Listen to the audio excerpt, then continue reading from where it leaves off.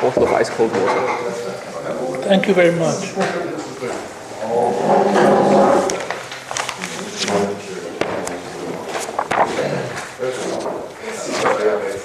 Okay, morning everyone.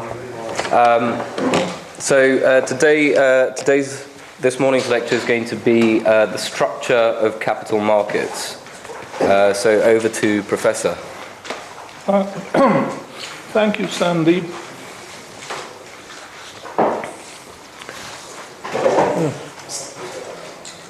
Rudy. Usually.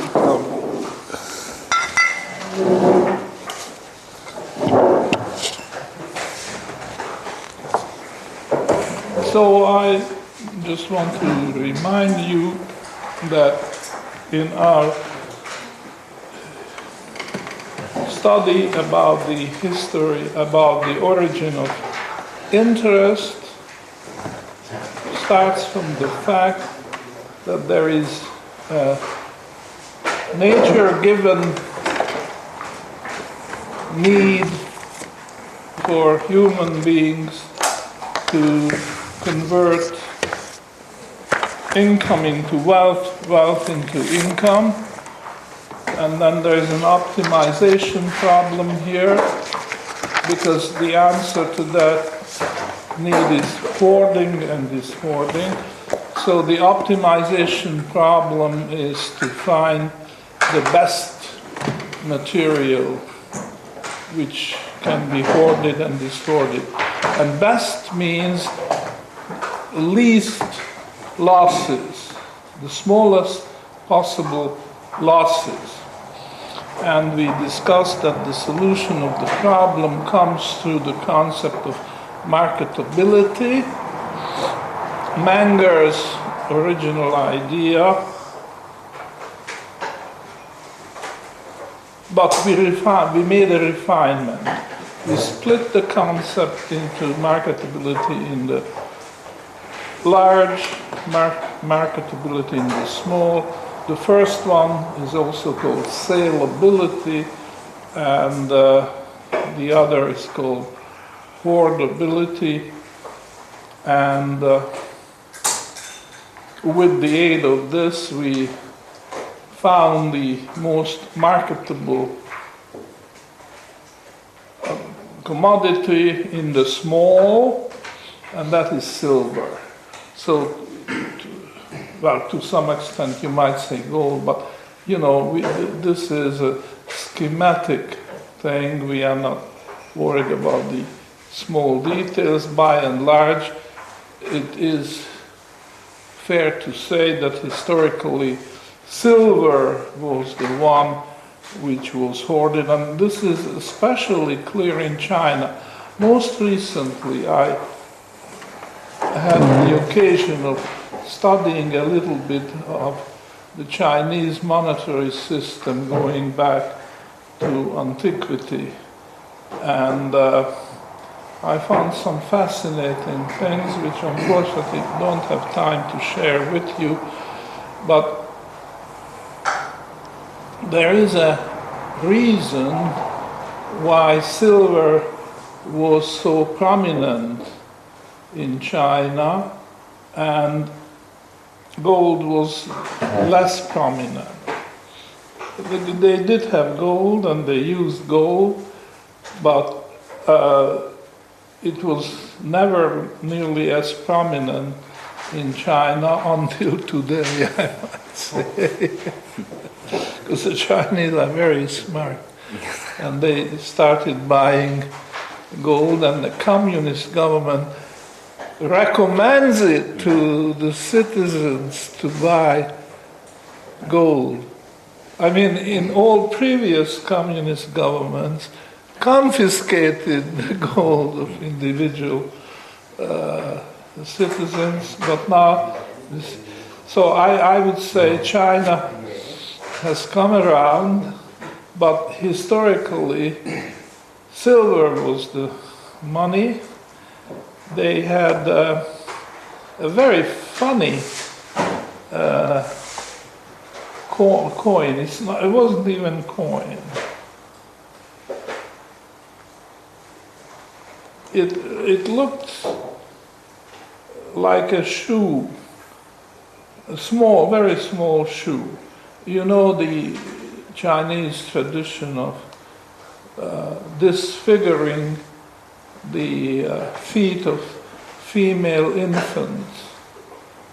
And this was a point of honor to have this. All the high-class Chinese girls had disfigured feet because they were so dainty that they didn't even have to walk from one room to the other because there were servants who would take them. And only girls of low origin had their feet untouched, which is interesting.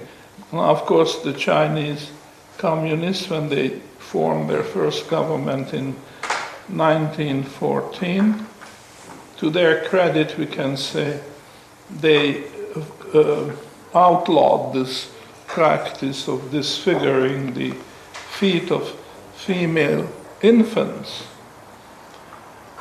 But of course, on pictures, and in particular in this instance, this unit of money, silver money, had the shape.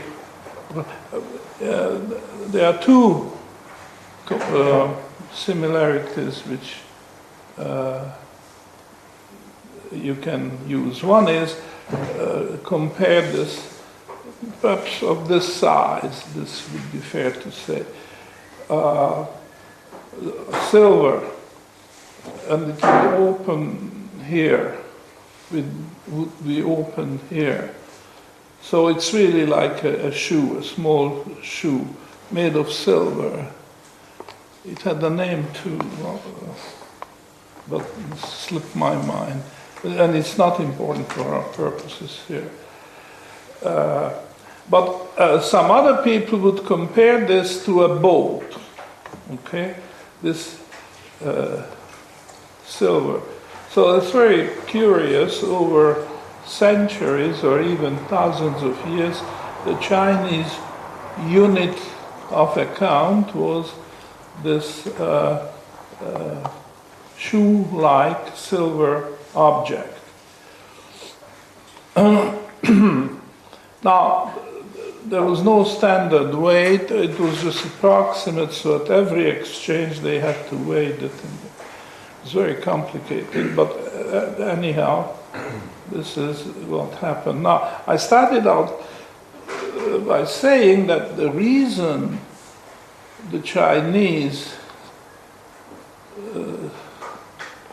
used silver was because silver was the instrument of hoarding, and this is very important because the exchange of income and wealth was really subordinate. Most of the saving was done within the family community. Now, this is true in the West as well, but very often, or very soon, the exchange took over simply because of the greater efficiency. But in China, this process was much slower, and as a result, silver was the prominent metal, monetary metal, not gold, which is very interesting. So we started out with this. The first optimization problem is to pick the monetary metal. But once this was done, the question arose, can further improvement be made? And the answer is yes. Just pass from the direct conversion of income into wealth and wealth into income to indirect conversion. And what is indirect conversion? Exchange. Exchange. And this is, as I explained, quite parallel to Menger's story. In fact, I consciously imitated Menger, perhaps word for word if possible. It wasn't possible everywhere, but I tried, and I think I succeeded. So Menger's theory, the origin of money, and he explains it in terms of marketability in the large, or saleability, and the result is the monetary metal gold. And the parallel story of the origin of interest, which we are doing here in this course, and the tool is the marketability in the small, or hoardability, and it culminates with the monetary metal silver. And now we ask the question, what about further improvement in efficiency? And the answer is exchange. Now the same in Menger's theory, the improvement is the when you consider money, it's the exchange. In this case, it's the indirect exchange. It starts with direct exchange, that's barter, and when the money becomes, the gold money becomes widely available, then it is the indirect exchange, which is exchanging goods and services for money. So that's just a short review of what we have been doing. And now the next question is how interest comes into existence. And there is a very simple theory which, very strangely to my mind, survived to this day, which is very inadequate, but it's the diagonal model. Okay, so we have two poles.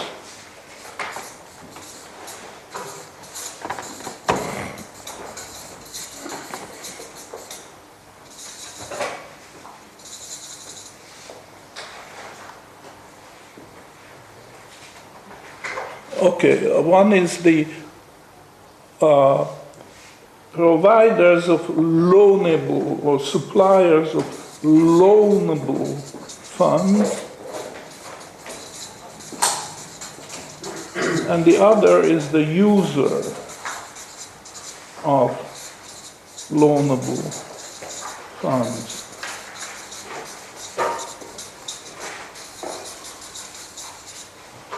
So, okay, thank you. So they make the exchange, and then through their bargaining they arrive at a rate of interest, and that's it. So this is a model of the capital markets, but very, very inadequate. Very inadequate. It doesn't explain anything, and it ignores most of the important ingredients which should go into that theory. So we are going to discard this. But as I just suggested, it's amazing that if you buy an introductory textbook on economics, you will find that model as if this explained anything. The origin of interest and how the level of interest is achieved. As if you were describing the grain market or some other market. It's completely inadequate, in my opinion. It's just plain wrong. So we are going to replace this model with an improved version. Don't get up because I just describe it in a few steps, and then we'll write it down. So the first improvement on the diagonal model will be the square model with 4 points. And I tell you why 4. Because here there is supply and demand, so that gives you the 2 poles.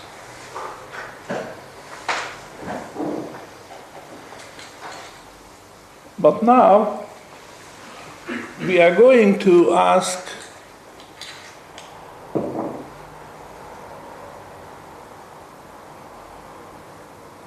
for this further refinement that we want to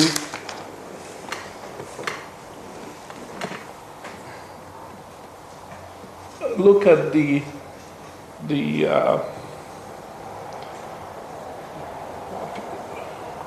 person who is supplying the wealth and the person who is supplying the income, because there will be an exchange. And now we say, okay, as far as the wealth is concerned, we have supply and demand, and as far as income is concerned, we have supply and demand. So that's how the 2 becomes 4. Okay? We, on the wealth part, we split it into supply and demand, and income part the same way. So that's 4 poles. And then we exploit this. And there's so much to say about that. But it's not the end, because we shall see the reasons why the 4 poles are still not sufficient to describe the structure of the capital market in a satisfactory way. So we'll need a 5th pole, and that's very critical. This 5th participant will give names to all these, but I just mentioned this 5th one is the capitalist, okay, who can exchange present goods for future goods. We'll come to that. And that gives you the Pentagonal model of the capital market, which is still an improvement. And even that is not the end, because, and that's where we'll stop, introduce a 6th and final participant, and a hexagonal model with 6 poles. And the last participant, protagonist in this model of the capital markets, we'll see, is the investment banker. Well, that's just a bird's eye view. So now I go to the details. So please turn the flip chart.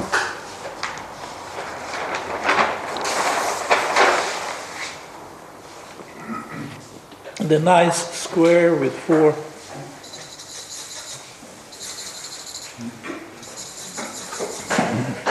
And now we want to name the participants. When it comes to wealth,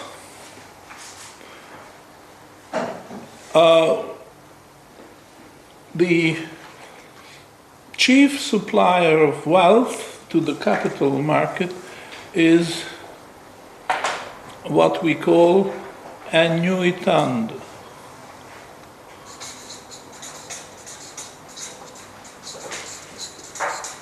With a T at the end. Now the word annuity is synonymous with pension. So here's somebody in his harvest years who has the wealth and he needs income. Okay, so we look at as a supplier of wealth.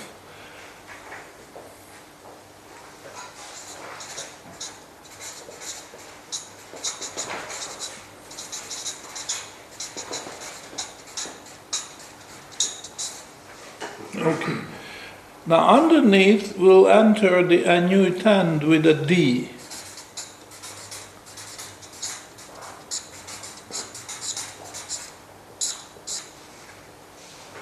He is typically a young man who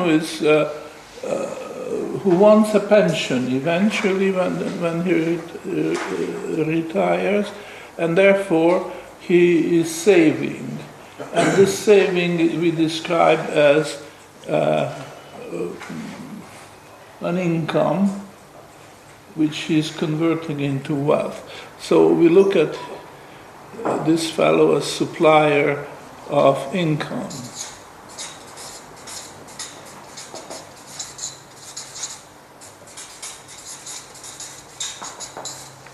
So here is the wealth.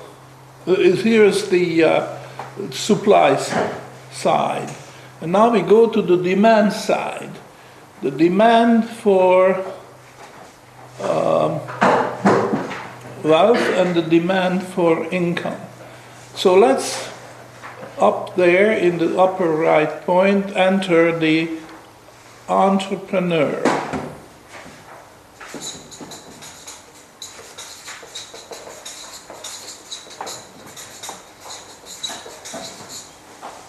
Who represents the demand for wealth.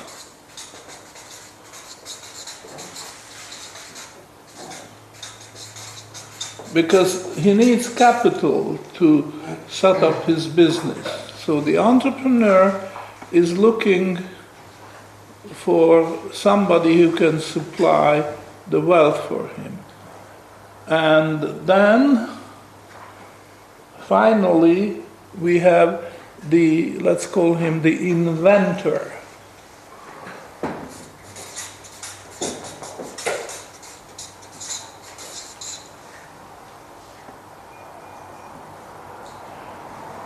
Who has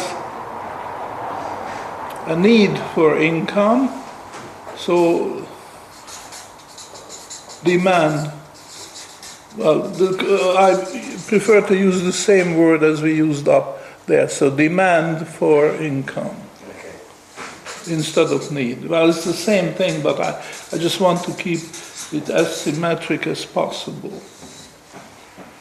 Now, please sit down and then I'd like to talk to you about this, all right? So,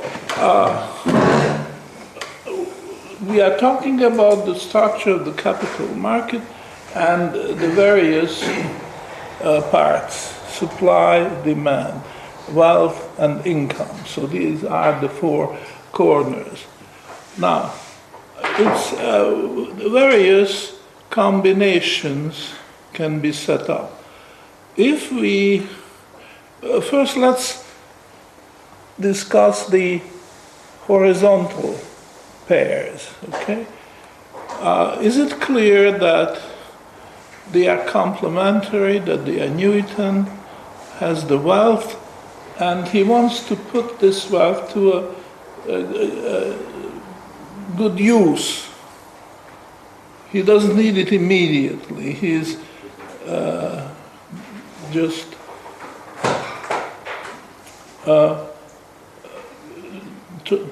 he's trying to convert it into income.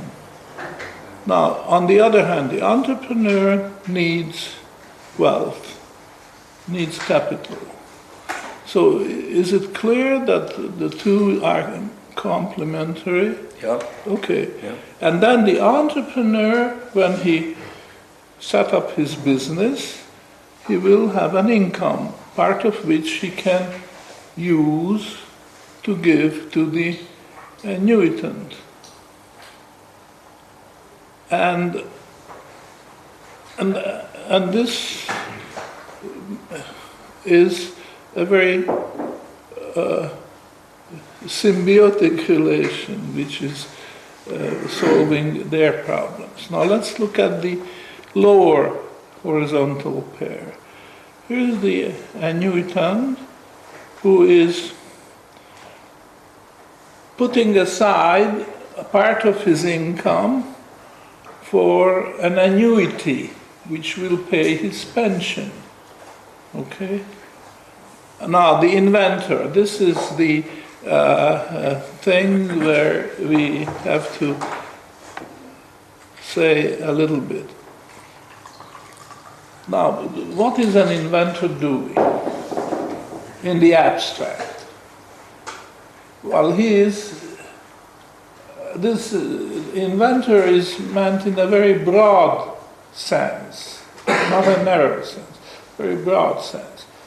He may not be inventor in the conventional sense, but he is working maybe on a process of improving the use of some gadget.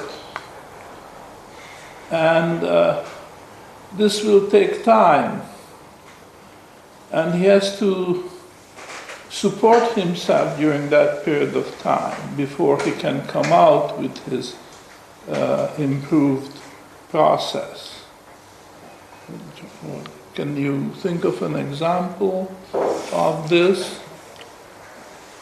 Propeller to jet engine. Okay, that's right. Flying has been going on, but first with a propeller engine.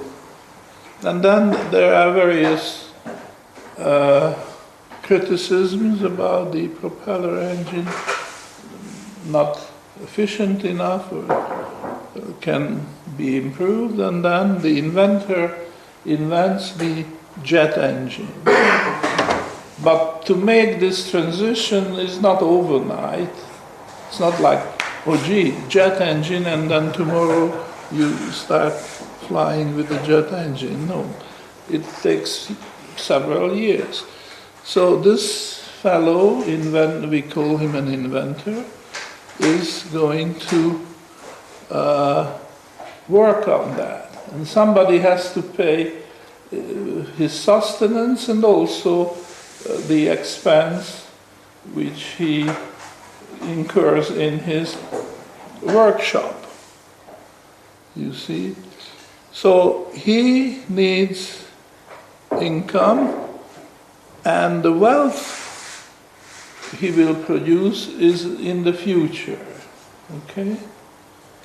Because they are just hoping at that stage that there will be positive results of this invention, and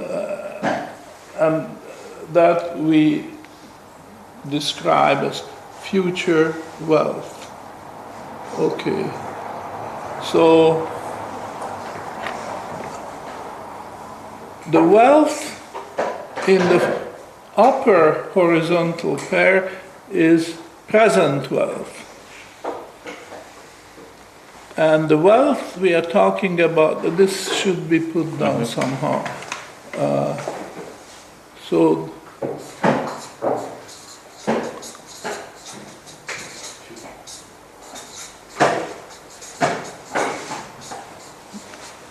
the partnership, if they form a partnership up there, represents present wealth. And down there it represents, the partnership represents future wealth and also represents income.